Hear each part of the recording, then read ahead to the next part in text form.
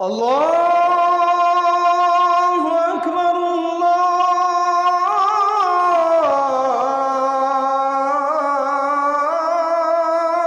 আকবার। কোরআন খুললেই দেখবেন কোরআনে কারিম শুরুই হয়েছে আল্লাহর পরিচয় দিয়ে। সবচাইতে আশ্চর্যের ব্যাপার হলো আল্লাহ তার পরিচয় দেওয়ার জন্য যেরকম শব্দ চয়ন করেছেন, তার নবীকেও পরিচয় করিয়ে দিতে গিয়ে আল্লাহ একই রকমের শব্দ চয়ন করেছেন। কোরআন খুললেই পাবেন প্রথম আয়াত হলো, সবাই মহব্বতে আমার সঙ্গে তেলাওয়াত করেন, আলহামদুলিল্লাহি রাব্বিল আলামিন। সকল প্রশংসা হচ্ছে আল্লাহর। যে আল্লাহর প্রশংসা করা হলো সেই আল্লাহর পরিচয় হলো রব্বিল আলামিন। তিনি হচ্ছেন জগৎ সমূহের রব, তিনি হচ্ছেন জগৎ সমূহের প্রতিপালক। আল্লাহ তার পরিচয় দিতে গিয়ে বললেন তিনি হলেন রব্বিল আলামিন, তিনি সকল আলমের রব। আর আখেরে নবীর পরিচয় দিতে গিয়েও আল্লাহ একই রকমের শব্দ চয়ন করে বললেন, ওয়ামা আরসালনাকা ইল্লা রাহমাতাল লিল আলামিন। ও নবী, আমি আপনাকে তামাম আলমের জন্য নবী হিসাবে পাঠিয়েছি। সুবহানাল্লাহ পড়বেন না? আমার নবীর শান মান দেখেন কেমন। আল্লাহ তার নিজের জন্য পরিচয় দিতে গিয়ে যে শব্দ চয়ন করেছেন, একই রকমের শব্দ নবীর শানে আল্লাহ ব্যবহার করেছেন। সুবহানাল্লাহ। নাম্বার 2 নাম্বার, পৃথিবীর সমস্ত আম্বিয়া আলাইহিমুস সালামকে আল্লাহ তাদের নিজেদের বংশ, নিজেদের গোত্র, নিজেদের সম্প্রদায়, নিজেদের এলাকার জন্য পাঠিয়েছেন। রব্বুল আলামিন পৃথিবীতে যত নবী এবং রাসূল পাঠিয়েছেন, সকল নবী এবং রাসূলকে তাদের নিজ নিজ গোত্র, সম্প্রদায়, এলাকায় বা অঞ্চলের জন্য পাঠিয়েছেন।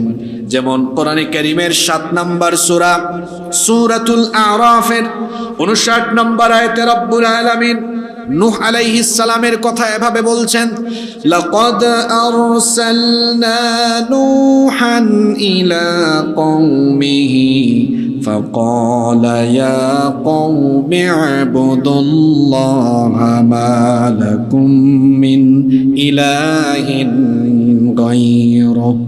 অবশ্যই আমি নূহকে তার সম্প্রদায়ের জন্য পাঠিয়েছি, আর তিনি গিয়ে বলেছেন, ফাকালা ইয়া কওমি ইবুদুল্লাহ,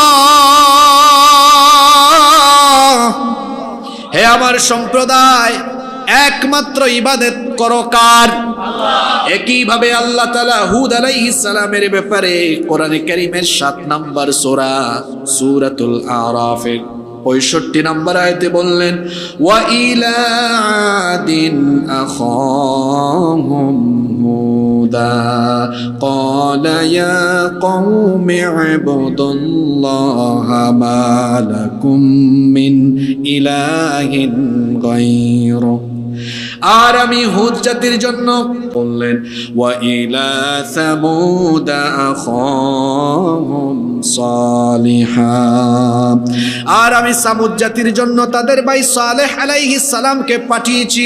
কোরআনে কারীমের 7 নম্বর সূরা সূরাতুল আরাফের 85 নম্বর আয়াতে আল্লাহ তাআলা এভাবে বলছেন, ওয়া ইলা মাদয়ানা আখাহুম শুআইবা, আর আমি মাদিয়ান জাতির জন্য তাদের ভাই শুআইব আলাইহিস সালামকে পাঠিয়েছি। কোরআনে কারীমের 14 নম্বর সূরা সূরা ইব্রাহিমের 5 নম্বর আয়াতে আল্লাহ তাআলা বলছেন, ওয়ালাকাদ আরসালনা মূসা বিআয়াতিনা আন আখরিজ কওমাকা মিনায-যুলুমাতি ইলান নূর।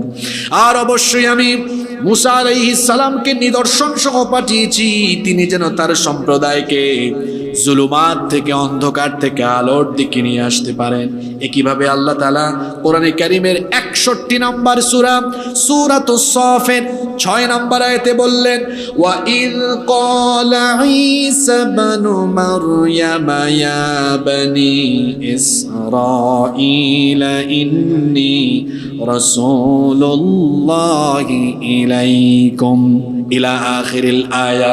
আল্লাহ বলছেন, আর স্মরণ করো যখন ঈসা ইবনে মারইয়াম বললেন, হে বনি ইসরাইল, আমি তোমাদের সকলের জন্য আল্লাহর তরফ থেকে রাসূল হিসাবে এসেছি। দেখুন, আমি বেশ কয়েকটা আয়াত, সূরা নাম্বার, আয়াত নাম্বার সহ শোনালাম, যেখানে আল্লাহ তাআলা বলছেন সকল নবী বা রাসূল তাদের নিজেদের গোত্রের জন্য, নিজেদের জাতির জন্য, নিজেদের বংশের জন্য, নিজেদের এলাকার জন্য, নিজেদের অঞ্চলের জন্য এসেছেন। কিন্তু আমার নবীর শান মান কেমন, আমার নবীর মর্যাদা কেমন? আমার নবীকে আল্লাহ তাআলা, তিনি তো জন্ম নিয়েছেন কুরাইশ বংশে, শুধু কুরাইশ বংশের নবী বানান নাই। মুসা নবী এসেছেন বনি ইসরাইল বংশে, আল্লাহ তাকে বনি ইসরাইলের নবী বানিয়েছেন। আবার দেখেন, শুআয়ব আলাইহিস সালাম এসেছেন মাদিয়ান জাতির জন্য, তাকে আল্লাহ মাদিয়ানবাসীর নবী বানিয়েছেন। একইভাবে ঈসা আলাইহিস সালাম এসেছেন বনি ইসরাইলের জন্য, আল্লাহ তাকে বনি ইসরাইলের নবী বানিয়েছেন। কিন্তু লাকসামের বাবারা, ভাইয়েরা, আপনারা বলেন তো, আমার নবীর জন্ম হয়েছে কুরাইশ বংশে, তাই বলে আমার নবী কি শুধু কুরাইশ বংশের নবী নাকি? আমার নবীর জন্ম হয়েছে মক্কা নগরীতে, তাই বলে আমার নবী কি শুধু মক্কা নগরীর নবী নাকি? আমার নবীর জন্ম হয়েছে সৌদি আরবে, তাই বলে তিনি কি সৌদি আরবের নবী নাকি? না, আমার নবী কোনো দেশের নবী, গোত্রের নবী, এমনকি কোনো মহাদেশের নবী নন, বরং আমার নবীর স্ট্যাটাস হলো এমন। কোরআনে কারীমের 4 নম্বর সূরা সূরাতুন নিসা এর ৭৯ নম্বর আয়াতে আল্লাহ তাআলা এভাবে বললেন, ওয়া আরসালনাকা লিন-নাসি রাসূলা ওয়া কাফা বিল্লাহি শাহীদা। আল্লাহ তাআলা বললেন, ও নবী, তামাম দুনিয়াতে যত মানুষ বসবাস করে, যত অঞ্চল, যত এলাকা, যত মহাদেশ আছে, সকল এলাকার সকল মানুষের জন্য আমি আপনাকে রাসূল বানিয়েছি। কোরআনে কারীমের 7 নম্বর সূরা সূরাতুল আরাফের 158 নম্বর আয়াতে আল্লাহ আরো বলছেন, قُلْ يَا أَيُّهَا النَّاسُ إِنِّي رَسُولُ اللَّهِ إِلَيْكُمْ جَمِيعًا। ও নবী, আপনি বলে দেন, আমি তোমাদের সকলের জন্য, হে মানুষেরা শোনো, আমি তোমাদের সকলের জন্য যার তরফ থেকে রাসূল হয়ে এসেছি তিনি কে? সব নবী হচ্ছেন এলাকার, বংশের, গোত্রের, অঞ্চলের, জাতির নবী, আর আমার নবী হচ্ছেন তামাম দুনিয়ার সকল জাতিগোষ্ঠী, সকল মানুষের নবী। সুবহানাল্লাহ। নাম্বার 3 নাম্বার, আমার নবী শুধু সকল মানুষের নবী নন, পৃথিবীর যত নবী আর রাসূল আছেন সকল নবীদেরও নবী, এমনকি তিনি হচ্ছেন ইমামুল আম্বিয়া ওয়াল মুরসালিন, সমস্ত নবী রাসূলদের ইমাম হলেন তিনি। সুবহানাল্লাহ, সবাই পড়লেন না? এজন্য তার পরিচয় হলো ইমামুল মুরসালিন। তিনি কি করে সব নবী রাসূলদের ইমাম হয়ে গেলেন? মেরাজের রজনীতে যখন রব্বুল আলামিন তার হাবিবকে ধুলির ধরা থেকে দুলুক ভুলুক ছাড়িয়ে 7 আসমান ভেদ করে সিদরাতুল মুনতাহা পাড়ি দিয়ে যেই রাতে নবীজির মেরাজ সংগঠিত হয়েছিল, এর 2টা অংশ। একটা অংশের নাম হলো ইসরা, আর একটা অংশের নাম হলো উরুজ বা মেরাজ। কোরআনে শুধু ইসরার কথা এসেছে, আর হাদিস শরীফের মধ্যে উরুজ বা মেরাজের কথা এসেছে।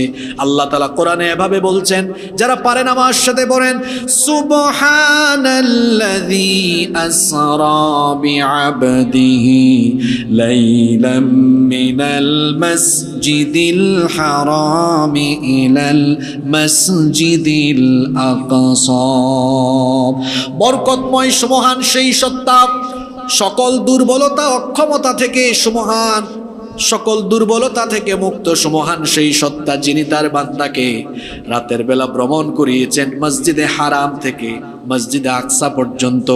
এতটুকুকে বলা হয় ইসরা। মানে নাইট জার্নি, নৈশ ভ্রমণ। আল্লাহ নবীকে যখন আল্লাহ তাআলা মসজিদে হারাম থেকে মসজিদে আকসা পর্যন্ত নিয়ে গেলেন, মসজিদে আকসায় তখন আল্লাহ তাআলা নবীর সম্মানে এই দুনিয়ার সকল নবী রাসূলদেরকে সেখানে সেই রাতে আল্লাহ একত্রিত করেছিলেন। জিবরিল আমিন বললেন, ও নবী, এবার আপনি সামনে যান, গিয়ে ইমামতি করেন। আল্লাহর নবী বললেন, এখানে সবাই তো আমার থেকে সিনিয়র, বাবা আদম আলাইহিস সালাম আছেন, উলুল আজমি মিনার রসুল যারা, তারাও এখানে উপস্থিত আছেন, কি করে আমি ইমামতিতে যাই? জিবরিল আমিন বললেন, এই সিদ্ধান্ত আমার নয়। জোরে বলেন তো দেখি, সিদ্ধান্তটা কার? আস্তে বলবেন না, জোরে বলেন, সিদ্ধান্তটা কার? জিবরিল আমিন বললেন, এটাই আল্লাহর সিদ্ধান্ত, আপনি আজকে সকল নবী রাসূলের উপস্থিতিতে এখানে নামাজে ইমামতি করবেন, আর এর মাধ্যমে আল্লাহ তাআলা আপনাকে সকল নবী এবং রাসূলদের ইমাম বানিয়ে দিবেন। তাহলে আমার নবী হচ্ছেন সব নবী এবং রাসূলেরও ইমাম। জোরে বলেন, সব নবী রাসূলের কি? 3 নাম্বার তো চলে গেল। 4 নাম্বার, আমার নবীর সম্মান, আমার নবীর স্ট্যাটাস, আমার নবীর মর্যাদা হলো এমন, আল্লাহ তাআলা যখনই কোনো নবীকে ডাকার দরকার হয়েছে, সম্বোধন করার দরকার হয়েছে, সব নবীদেরকে আল্লাহ তাআলা নাম ধরে ধরে রেখেছেন। কোরআন খুলেন, আপনি পেয়ে যাবেন পৃথিবীর সর্বপ্রথম মানুষ এবং সর্বপ্রথম নবী যিনি আদম আলাইহিস সালামকে আল্লাহ যখন ডাক দেওয়ার দরকার হয়েছে, আল্লাহ বলেছেন, ইয়া আদামুসকুন আনতা ওয়া যাওজুকাল জান্নাতা ওয়া কুলা মিনহা রাগাদান হাইথু শি'তুমা ওয়া লা তাকরাবা হাযিহিশ শাজারাতা ফাতাকুনা মিনাদ যালিমিন। আদম নবীকে ডাকার দরকার হয়েছে, আল্লাহ বলেছেন, ইয়া আদম। নূহ আলাইহিস সালামকে ডাকার দরকার হয়েছে, আল্লাহ বলেছেন, ইয়া নূহ বিত বিসালামিন মিন্না। মূসা নবীকে ডাকার দরকার হয়েছে, আল্লাহ বলেছেন, ইয়া মূসা ইন্নী আনাল্লাহু রাব্বুল আলামিন। একইভাবে যখন দাউদ আলাইহিস সালামকে ডাকার দরকার হয়েছে, আল্লাহ বলেছেন, ইয়া দাউদ ইন্না জাআলনাকা খলিফাতান ফিল আরদ। একইভাবে যখন ইব্রাহিম আলাইহিস সালামকে ডাকার দরকার হয়েছে, আল্লাহ বলেছেন, ইয়া ইব্রাহিম قد صدقت الرؤيا إنا كذلك نجزي المحسنين। একইভাবে যখন আল্লাহ তাআলা লূত আলাইহিস সালামকে ডাকার দরকার হয়েছে, আল্লাহ বলেছেন, ইয়া লূত ইন্না রাসূলু রাব্বিকা।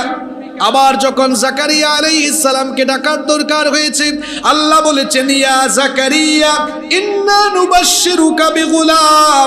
যখন ইয়াহইয়া আলাইহিস সালামকে ডাকার দরকার হয়েছে, আল্লাহ বলেছেন, ইয়া ইয়াহইয়া খুযিল কিতাবা বিকুওয়া। এভাবে সব নবীকে আল্লাহ নাম ধরে ধরে ধরে ধরে ডেকেছেন। কিন্তু যখনই আমাদের নবীকে ডাকার দরকার হয়েছে, বাড়িতে তো কোরআন শরীফ আছে, কোরআন তিলাওয়াত করেন।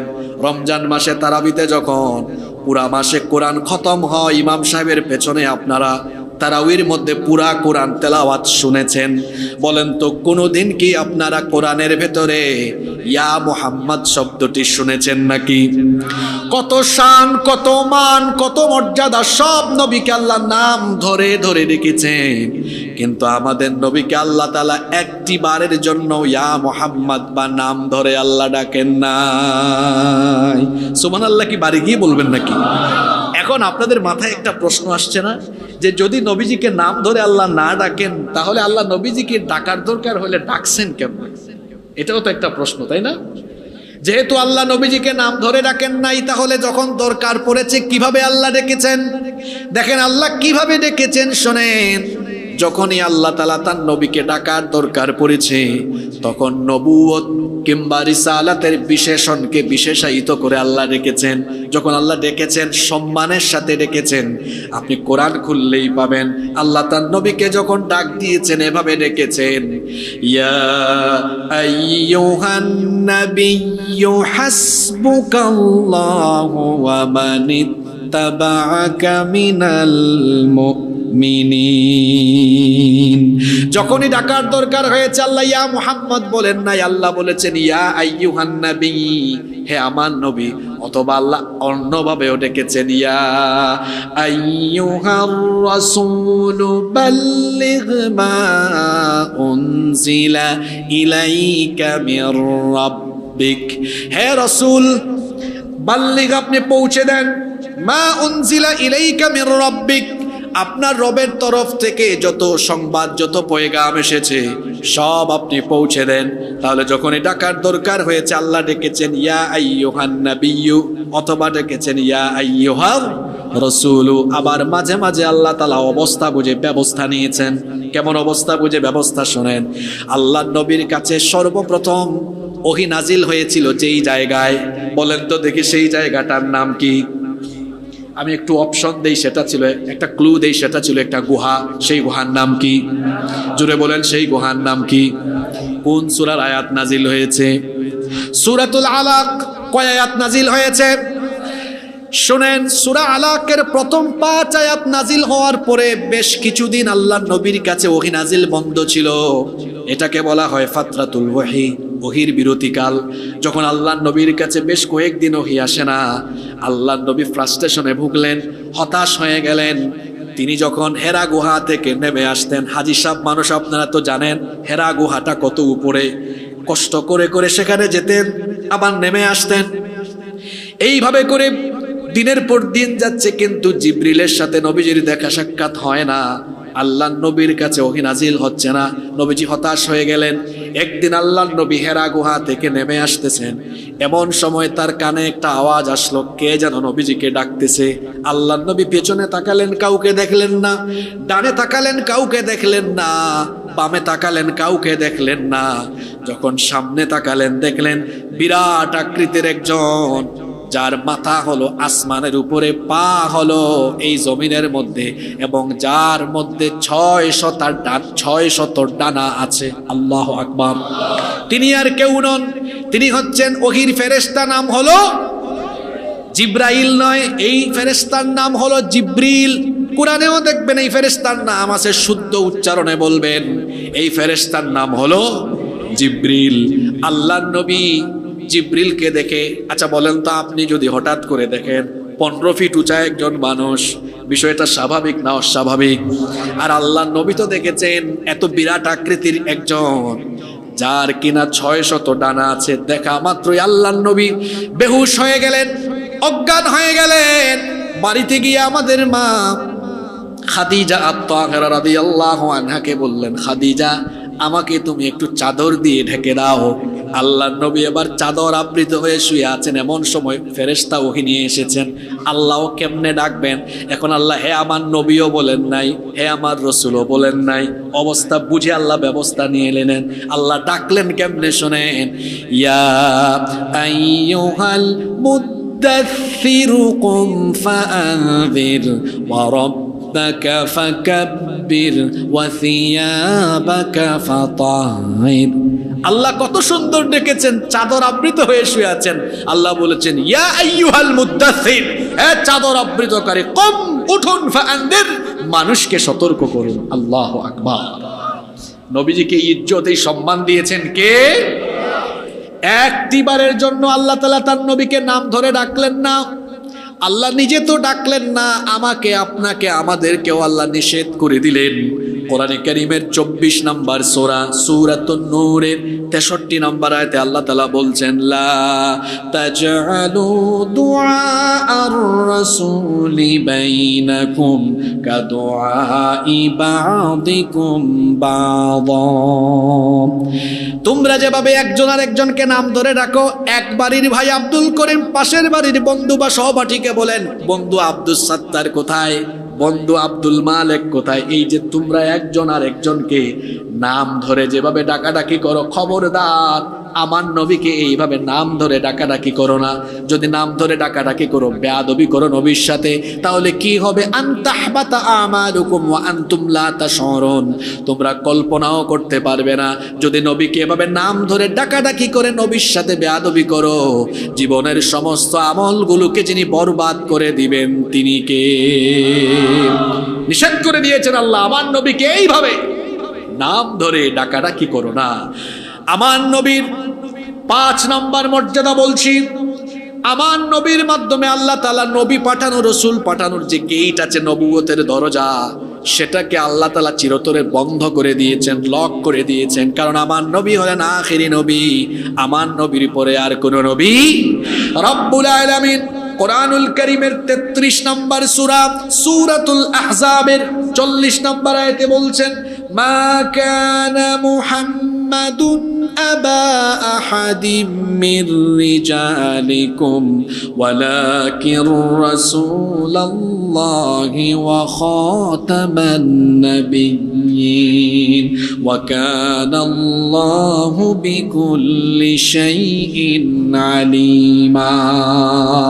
মুহাম্মদ, আমরা বলি সাল্লাল্লাহু আলাইহি ওয়াসাল্লাম, তিনি তোমাদের পুরুষদের কোনো পিতা নন, তিনি হচ্ছেন আল্লাহর রসুল এবং ওয়া খাতামান নাবিয়্যিন, তিনি হচ্ছেন সর্বশেষ নবী। তারপরে আর কোনো নবী, আমার নবীর পরে আর কোনো নবী আসবে না। তবে হ্যাঁ, ভণ্ড নবী আসবে, আর সংখ্যায় তারা কতজন হবে সেটাও আমার নবী বলে গিয়েছেন।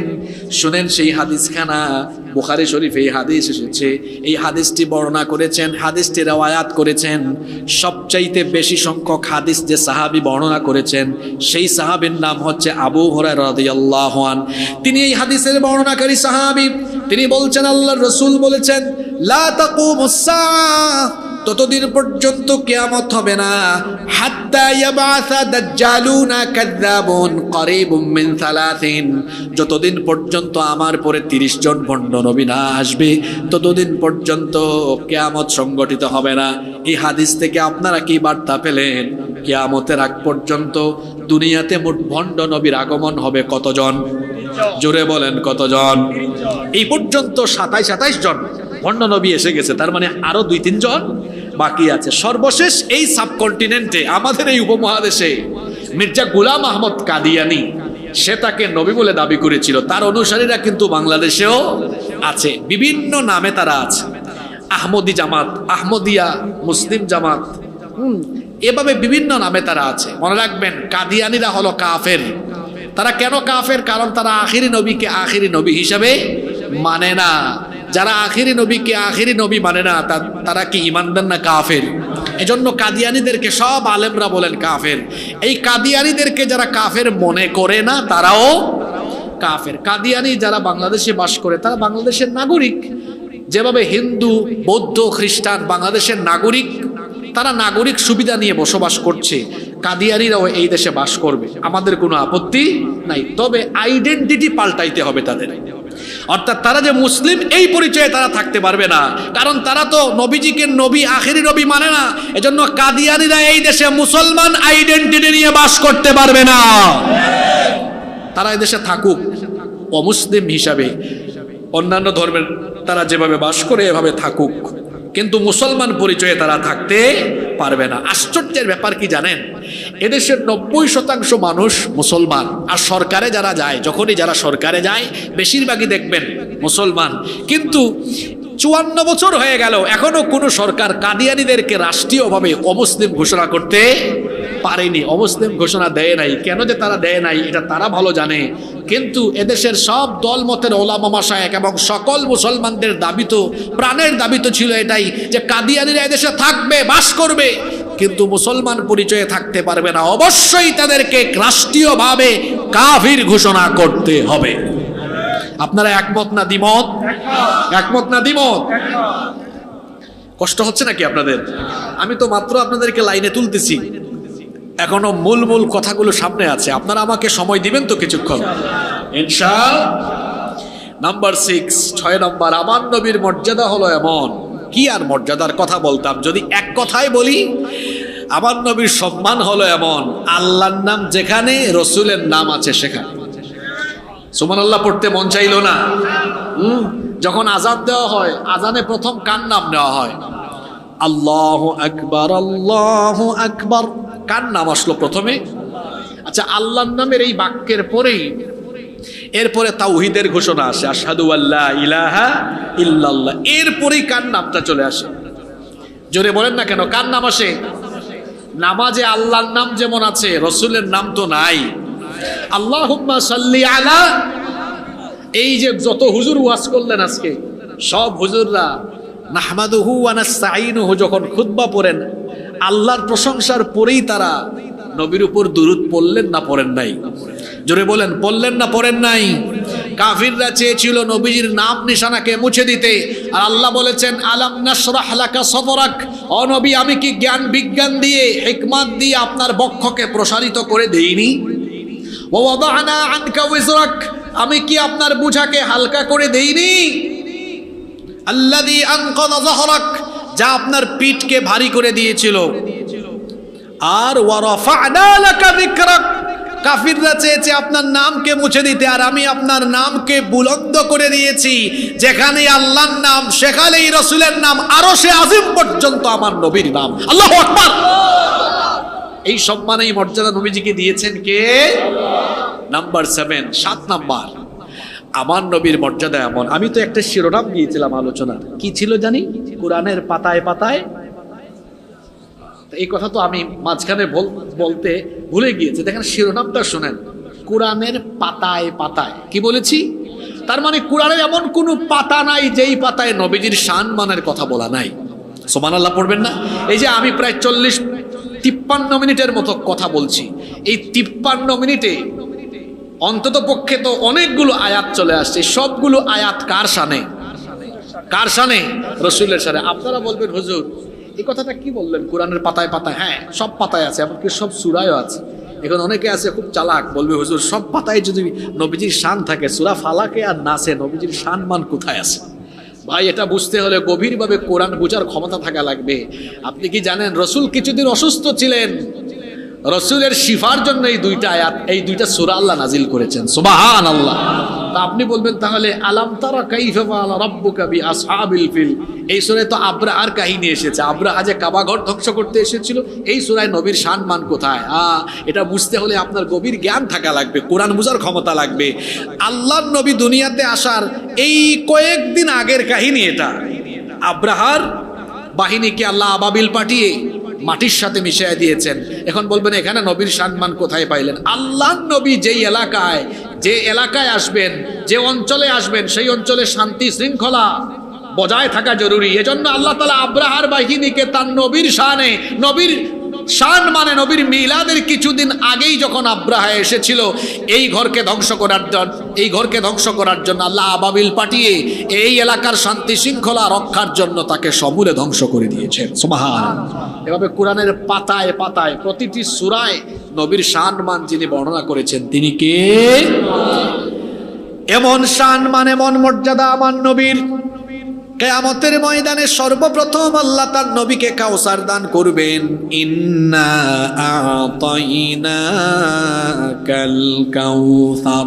ছোট্ট সূরা, এটা তো মুখস্থ আছে, সওয়াবের নিয়তে আমার সাথে আপনারা তিলাওয়াত করেন। ইন্না আ'তাইনাকাল কাউসার, নিশ্চয়ই আমি আপনাকে কাউসার দান করেছি। কাউসার এটি আবার কি? এটা হচ্ছে এমন এক পানি, কিয়ামতের ময়দানে নদী নালা খাল বিল টিউবওয়েল কিছুই থাকবে না, শুধুমাত্র আল্লাহর আরশে আজিমের ছায়া থাকবে, আর কাউসার পানি, আর কাউসার থাকবে। এই হাউজে কাউসার এটা হলো এমন এক পানি, এটা দুধের চেয়েও সাদা, মধুর চেয়েও মিষ্টি। এই হাউজে কাউসার যার নসিব হবে, এই হাউজে কাউসার যে ব্যক্তি একবার পান করবে 50,000 বছরের তৃষ্ণা নিবারণ হয়ে যাবে। কিয়ামতের দিনে কাউসারের মালিক আল্লাহ তার নবীকে বানিয়ে দিবেন। সুবহানাল্লাহ পড়বেন না? আল্লাহ নবী বলেছেন, আসমানে আকাশে তোমরা যতগুলো তারকা দেখো, এর চাইতে আরো বেশি সংখ্যক হাউজে কাউসারের পেয়ালা যেগুলো হবে সোনার উপর তৈরি, এত সংখ্যক হাউজে কাউসারের পেয়ালা আল্লাহ আমাকে দান করবেন, আর আমি আমার উম্মতকে সেটা বিলাতে থাকবো। ও ভাইয়েরা শুনেন, বাবারা শুনেন, কিয়ামতের ময়দান তো বড় কঠিন। 9,30,00,000 মাইল দূরে এখন সূর্য, তাও গরম আমাদের সহ্য হয় না, ঘামতে ঘামতে শেষ। এখন কি সূর্য আছে নাকি? তাও আমার শরীর থেকে ঘাম বের হয়। সূর্য নাই, তাও ঘাম বের হয়। কিয়ামতের ময়দানে সূর্য যখন মানুষের মাথার একেবারে নিকটে চলে আসবে, পরিস্থিতি কেমন হবে? তখন গুনাহগারদের মাথার চান্দি ফেটে মগজ ভাতের মতো উতরে উতরে গলে গলে গলে গলে বেয়ে বেয়ে পড়তে থাকবে। পিপাসার যন্ত্রণায় মানুষেরা কাতর হয়ে জিহ্বাটা মুখের ভেতর থেকে বের হয়ে নাভি পর্যন্ত ঝুলতে থাকবে। এত বেশি মানুষেরা ঘামাবে, যার যার গুনাহ অনুযায়ী এমন পরিস্থিতি হবে, কেউ বা হাঁটু পর্যন্ত, কেউ বা কোমর বুক পর্যন্ত, কেউ বা তার চেয়ে আরো বেশি পরিমাণ ঘামের মধ্যে নিজের ঘামে নিজে সাঁতরাতে থাকবে। এই রকম পরিস্থিতিতে আল্লাহ তাআলা তার নবীকে হাউজে কাউসার দান করবেন, আর নবীও হাউজে কাউসার বিলাবেন।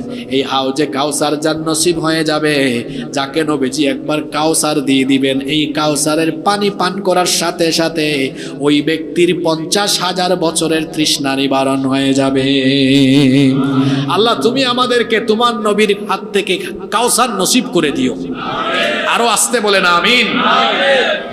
নাম্বার 8 নাম্বার, আমার নবীর মর্যাদা হলো এমন, আমার নবী হলেন এমন, কিয়ামতের ময়দানে আমার নবী সুপারিশ করার আগ পর্যন্ত আল্লাহ তাআলা বিচার কার্যই আরম্ভ করবেন না।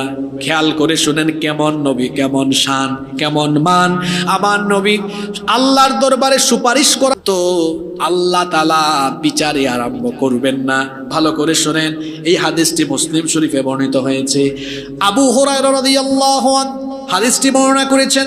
তিনি বলছেন, রাসূল কারীম আমরা মহব্বতে বলি সাল্লাল্লাহু আলাইহি ওয়াসাল্লাম বলেছেন, আনা সাইয়্যিদু ওয়ালাদি আদম ইয়াউমাল কিয়ামা, কিয়ামতের ময়দানে আমাকে আদম সন্তানের নেতা আল্লাহ বানিয়ে দিবেন। শুধু তাই নয়, ওয়া আউয়ালু মান ইয়ানশাক্কু আনহুল কবর, ইসরাফিলের সিঙ্গার ফুৎকারের পরে যখন কবর থেকে মানুষ উঠা আরম্ভ হবে, ইসরাফিল যখন একটা ফুৎকার মারবে, প্রথম সিঙ্গার ফুৎকারে তামাম পৃথিবী, তামাম সৃষ্টি জগৎকে লন্ডভন্ড করে দিবেন কে? এরপরে দ্বিতীয়বার তিনি যখন সিংহায় ফুৎকার মারবেন, 2টা ফুৎকারের কথাই আল্লাহ কোরআনে বলেছেন। প্রথম ফুৎকারের কথা আল্লাহ এভাবে বলেছেন, ওয়া নুফিখা ফিস সূরি ফাসাইকা মান ফিস সামাওয়াতি ওয়া মান ফিল আরদি ইল্লা মান শাআ আল্লাহ থুম্মা নুফিখা ফীহি উখরা ফাইযা হুম কিয়ামুন ইয়ানজুরুন। প্রথম সিংহার ফুৎকারের পরে আসমান জমিন লন্ডভন্ড হয়ে যাবে। দ্বিতীয় সিংহার ফুৎকারে কবর থেকে মানুষ উঠে হাসরের ময়দানে দাঁড়িয়ে যাবে।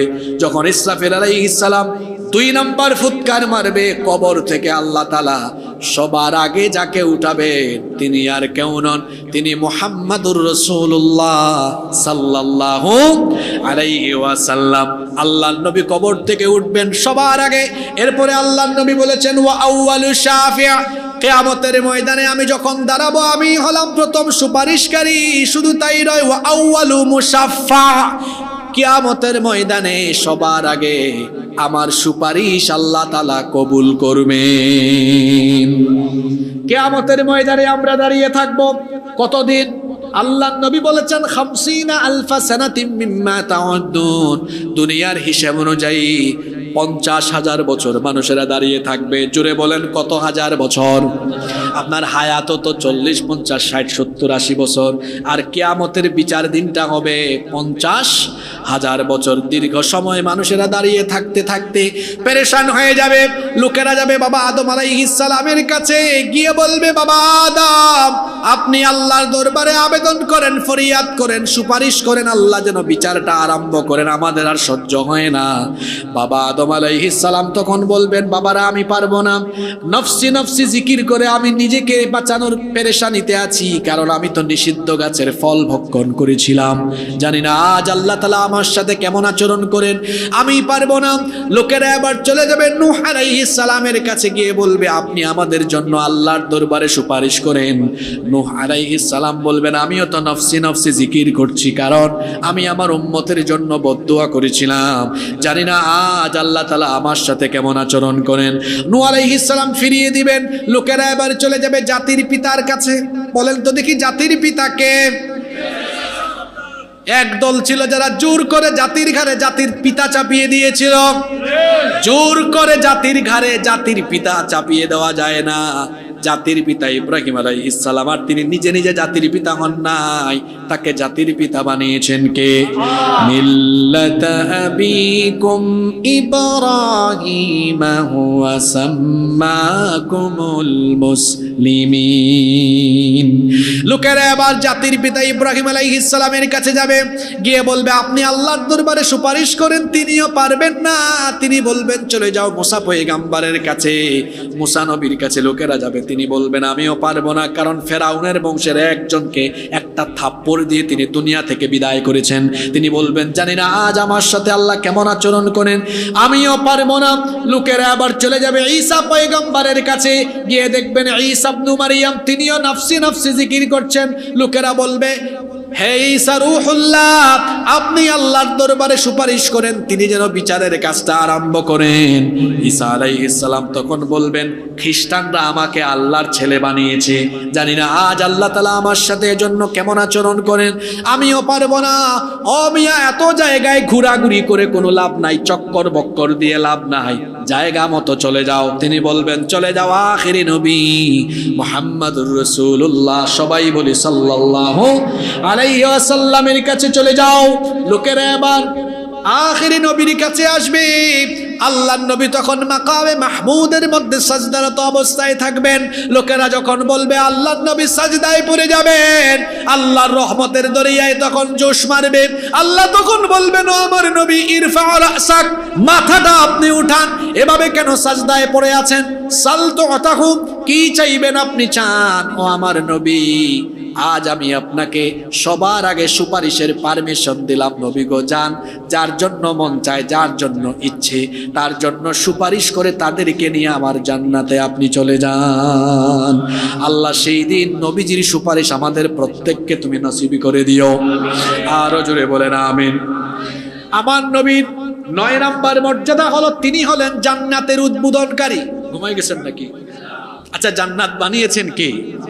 রাস্তা বানায় কারা? মিস্ত্রিরা। রাস্তা বানায় কারা? উদ্বোধন করে কে? আপনারা ঘুমাই গেলেন নাকি? আমার রাইখা ঘুমাই যায় না। এখন তো আমি সব দামি দামি সব কথাই দামি, কোরআনের সব কথাই মানে মূল কথাগুলো সামনে আসতেছে। যুবক ভাইরা ঘুমাই গেছে নাকি? আপনাদের উদ্দেশ্যে অনেক কথা আছে। রাস্তা বানায় মিস্ত্রি, উদ্বোধন করে কে? হ্যাঁ, সরকারি পর্যায়ের কেউ বা জনপ্রতিনিধি, তাই না? জান্নাত বানিয়েছেন কে? কিন্তু জান্নাতের উদ্বোধন করবেন মুহাম্মাদুর রাসূলুল্লাহ সাল্লাল্লাহু। আমি কি বানায় বলছি নাকি? এই হাদিসটি এসেছে মুসলিম শরীফে। হাদিসের রিওয়ায়াতকারী সাহাবী হচ্ছেন, রাবী হচ্ছেন আনাস ইবনে মালিক রাদিয়াল্লাহু আন। তিনি বলছেন রাসূল কারীম, আমরা বলি সাল্লাল্লাহু আলাইহি ওয়াসাল্লাম বলেছেন আতি বাবাল জান্নাতি ইয়াউমাল কিয়ামাহ, কিয়ামতের ময়দানে আমি জান্নাতের দরজার কাছে আসব। আসার পরে জান্নাতের দরজায় এসে আমি আদেশ করব ফাস্তাফতিহ, জান্নাতের দরজাটা খোলো। ফায়াকুলুল খাজিন, তখন জান্নাতের দারোয়ান ফেরেশতা বলবে মান আনতা, আপনি কে? আল্লাহর নবী বলবেন আমারে চিনো না? আনা মুহাম্মাদুর রাসূলুল্লাহ সাল্লাল্লাহু আলাইহি ওয়াসাল্লাম। আল্লাহর নবী যখন পরিচয় দিবেন, ফেরেশতা তখন বলবেন বিকা উমিরতু লা আফতাহু লি আহাদিন ক্বাবলাক, আপনার জন্যই তো আমি দাঁড়িয়ে আছি। আল্লাহ আমাকে আদেশ করেছেন আপনি আসার আগ পর্যন্ত জান্নাতের দরজাটা যেন খোলা না হয়। আজকে আপনার মাধ্যমে জান্নাতকে উদ্বোধন করা হবে। সুবহানাল্লাহ পড়ছেন ঠিক, কিন্তু মনে মনে অনেকে ভাবতেছেন হুজুর নবী দেখি জান্নাত উদ্বোধন করে জান্নাতে ঢুকে যাচ্ছেন, তা আমাদের কি হবে? একজন গুনাহগার উম্মত থাকতেও, জান্নাতের বাইরে থাকতেও নবীজি জান্নাতে একা যাবেন না, নবীজি সুপারিশ করে করে জান্নাতে দিবেন। সুবহানাল্লাহ পড়বেন না? তো শর্ত আছে। ঈমান থাকতে হবে। কি থাকতে হবে? মানে আমাদের ঈমানের দশা এমন, আমি একটু পরে এগুলো বলবো, এটা সকালে আছে তো বিকালে এমন এমন কথাবার্তা, এমন এমন কাজ আমরা করি, আর এমন এমন পর্যায়ে আমরা কাজ করি, দেখা যায় আল্লাহর তৈরি করা বিধান বাস্তবায়ন, আল্লাহর জমিনে আল্লাহর দ্বীন কায়েম বাদ দিয়ে তার নেতা নেত্রীর আদর্শ আর মানুষের তৈরি করা মতবাদ প্রতিষ্ঠা করার কাজ করে সে রাষ্ট্রীয়ভাবে আল্লাহর সাথে শিরকে লিপ্ত হয়েছে। এগুলো সামনে আসবে, ঘুমাই গেলে চলবে না। ঘুমাই গেছেন নাকি? চলবে না। সম্মানিত উপস্থিতি, সম্মানিত সুধী, তা জান্নাত উদ্বোধন হয়ে গেল। আপনারা ভাববেন যে নবী চলে গেলেন, আমরা কি করব? নবী যেমন দামি আমরাও তেমন দামি। নবী যেভাবে জান্নাত উদ্বোধন করবেন ঠিক তেমনি ভাবে আমাদের মর্যাদা হলো এমন। নবী যেমন দামি, উম্মত তেমন।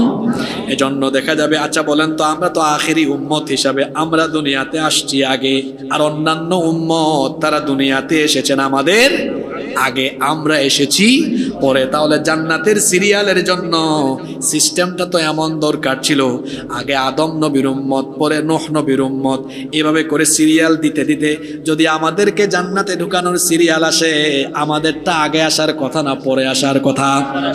কিন্তু আপনারা বলেন তো, এই যে হাজী সাহেবরা, আপনারা যে হজ করলেন, অনেকে দেশের বাইরেও যান, বিমানের মধ্যে দেখবেন একেবারে সামনের সিটগুলো এক্সিকিউটিভ ক্লাস, এগুলো হচ্ছে বিজনেস ক্লাস, ভিআইপি ক্লাসের সিট।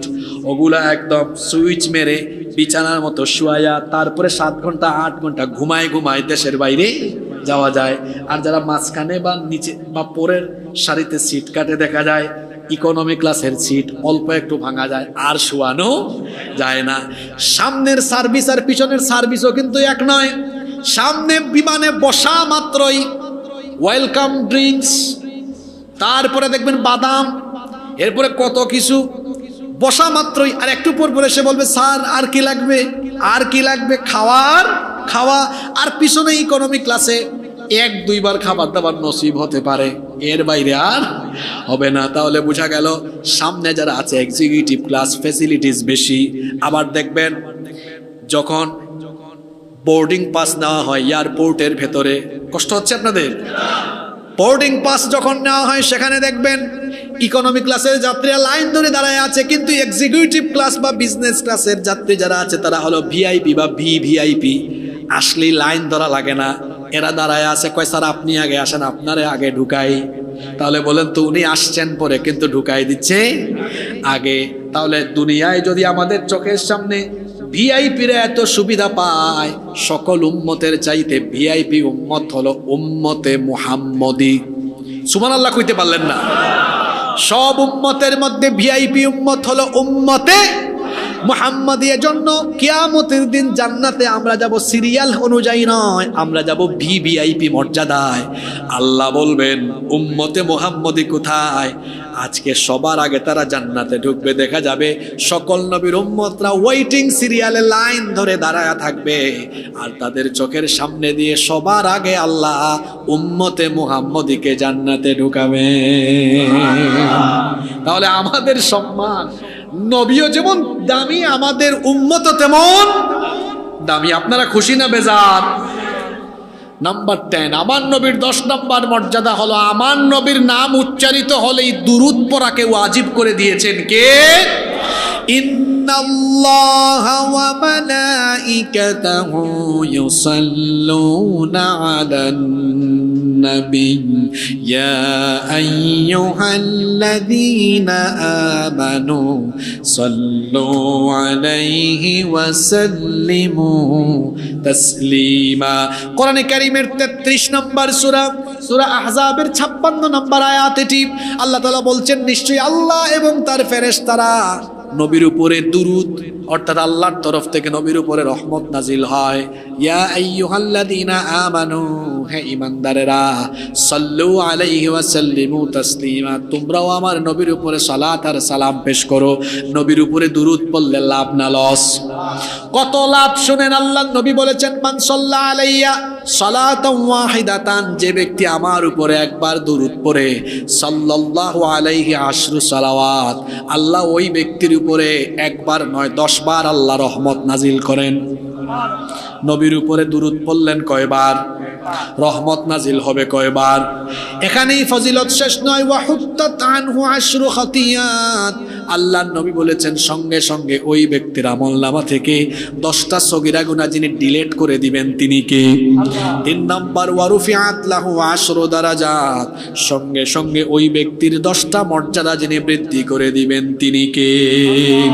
এজন্য নবীর উপরে বেশি বেশি দুরূদ পড়ার দরকার আছে না নাই? আব্দুল্লাহ ইবনে মাসউদ, এরপরে আরেকটা হাদিস দেখেন, আল্লাহর নবী বলেছেন, আব্দুল্লাহ ইবনে মাসউদ রাদিয়াল্লাহু আনহু থেকে হাদিস এসেছে, তিনি বলেছেন আউলান নাসি বি ইয়াউমাল কিয়ামাতি আকসারুহুম আলাইয়া সালাহ। আল্লাহর নবী বলেছেন, এটা তিরমিজি শরীফের হাদিস, কিয়ামতের দিন তোমাদের মধ্যে তারা আমার সবচাইতে বেশি নিকটে থাকবে যারা আমার উপরে দুনিয়াতে বেশি বেশি দুরূদ পাঠ করবে। তার মানে দুনিয়ায় যত বেশি নবীর উপর দুরূদ পড়বেন কিয়ামতের দিন তত বেশি নবীর কাছাকাছি থাকতে পারবেন। সুবহানাল্লাহ। এজন্য নবীর উপরে বেশি বেশি দুরূদ পড়ার দরকার আছে না নাই? আজকের দিনটা কোন দিন ছিল? জুমার দিন, ইয়াউমুল জুমআ। জুমার দিনের বেশ কিছু স্পেশাল আমল আছে, যেমন সূরা কাহাফ পড়া। এর মধ্যে একটা স্পেশাল আমল হলো, নবী বলেছেন জুমার দিনে বেশি বেশি দুরূদ পড়ো। জুমার দিনে বেশি বেশি দুরূদ পড়তে বলেছেন মুহাম্মদ। আমরা বলি সাল্লাল্লাহু আলাইহি ওয়াসাল্লাম। যারা নবীর নাম উচ্চারিত হলে পরে নবীর উপর দুরূদ পড়ে না, আল্লাহর নবী বলেছেন আল বাখিলু মান যুকিরাত ইনদাহু ফালাম ইউসাল্লি আলাইহি। আমার নাম শুনেও যারা আমার উপর দুরূদ পড়ে না তারা হলো দুনিয়ার সর্বশ্রেষ্ঠ কৃপণ। তাদেরকে সর্বশ্রেষ্ঠ কিপটা কৃপণ বলেছেন মুহাম্মদ সাল্লাল্লাহু। আল্লাহর নবীর উপরে যে দুরূদ পড়ে না তার উপরে লানত। আল্লাহর নবী মিম্বরের মধ্যে বলেন তো সিঁড়ি থাকে কয়টা? 3টা। প্রথম সিঁড়িতে আরোহণ করলেন, তিনি বললেন আমিন। দ্বিতীয় সিঁড়িতে উঠলেন, পড়লেন আমিন। তৃতীয় সিঁড়িতে উঠলেন, পড়লেন আমিন। সাহাবীরা বললেন 3বার আমিন বললেন কেন? নবীজি বললেন আমার কাছে আমার ভাই জিবরিল এসেছেন, বলেছেন যে ব্যক্তি রমজান মাস পেয়ে গুনাহ মাফ করাতে পারে না সে ব্যক্তি ধ্বংস হোক। প্রথম সিঁড়িতে উঠার সময় বলে ফেলেছি আমিন। এরপরে আমার ভাই জিবরিল বলেছেন আব্বা আম্মা 2 জনকে বা কোনো একজনকে পেয়েও খেদমত করে যারা জান্নাত হাসিল করতে পারল না তারাও ধ্বংস হোক। দ্বিতীয়বার বলেছি আমিন। আমার ভাই জিবরিল আরো বলেছেন যেই ব্যক্তি আপনার নাম শুনে আপনার উপর দুরূদ পড়ে না তার উপরে লানত। তৃতীয়বার নবীজি বলেছেন আমিন। তাহলে হাদিস থেকে বোঝা গেল যারা নবীজির নাম শোনার পরে দুরূদ পড়ে না তাদের উপরে লানত করা হয়েছে। আমরা লানত থেকে বাঁচতে চাই, নবী প্রেমে উজ্জীবিত হয়ে নবীর সুপারিশ আমরা চাই কি চাই না? আরো জোরে বলেন চাই কি চাই না? এজন্য নবীর উপরে যত বেশি দুরূদ পড়ব আমাদের উপরে রহমত যিনি বাড়িয়ে দিবেন তিনি কে? আল্লাহ। 10টা পয়েন্ট নবীজির শানমান নিয়ে বলেছি। পরবর্তী পয়েন্টও শানমানের, কিন্তু প্রত্যেকটা পয়েন্ট আবার আমাদের সাথে রিলেটেড। এজন্য এই 15-20 মিনিট আপনারা গভীর মনোযোগে আমার সাথে থাকতে পারবেন তো? রেডি সবাই? নাম্বার 11 নাম্বার, আমার নবীর এমন মর্যাদা, আমার নবীকে আল্লাহ তাআলা নিজে থেকে চরিত্রের সার্টিফিকেট দিয়ে দিয়েছেন। সুবহানাল্লাহ। আমার আপনার আপনাদের চরিত্রের সার্টিফিকেট দেয় মেম্বার, চেয়ারম্যান, এমপি। যারা চরিত্রের সার্টিফিকেট দেয় দেখা যায় তাদেরই চরিত্র ঠিক নাই। আমার নবীর চরিত্রের সার্টিফিকেট দুনিয়ার কোনো মানুষ দেয় নাই। কোরআনে কারীমের 68 নম্বর সূরা সূরাতুল কলমের 4 নম্বর আয়াতে রব্বুল আলামিন বলছেন ওয়া ইন্নাকা লাআলা খুলুকিন আযীম। আর নিশ্চয়ই আপনি পুত পবিত্র সুমহান আদর্শের উপরে প্রতিষ্ঠিত।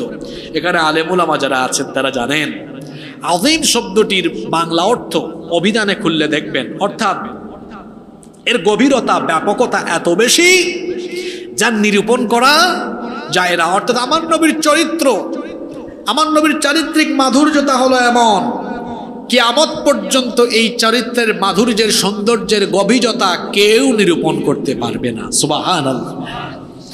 এত চমৎকার আচরণ, কথা বলেছেন মুচকি হেসে হেসে কথা বলেছেন, কষ্ট পেয়েছেন কষ্ট দেন নাই, দুঃখ পেয়েছেন দুঃখ দেন নাই, গালি শুনেছেন গালি দেন নাই।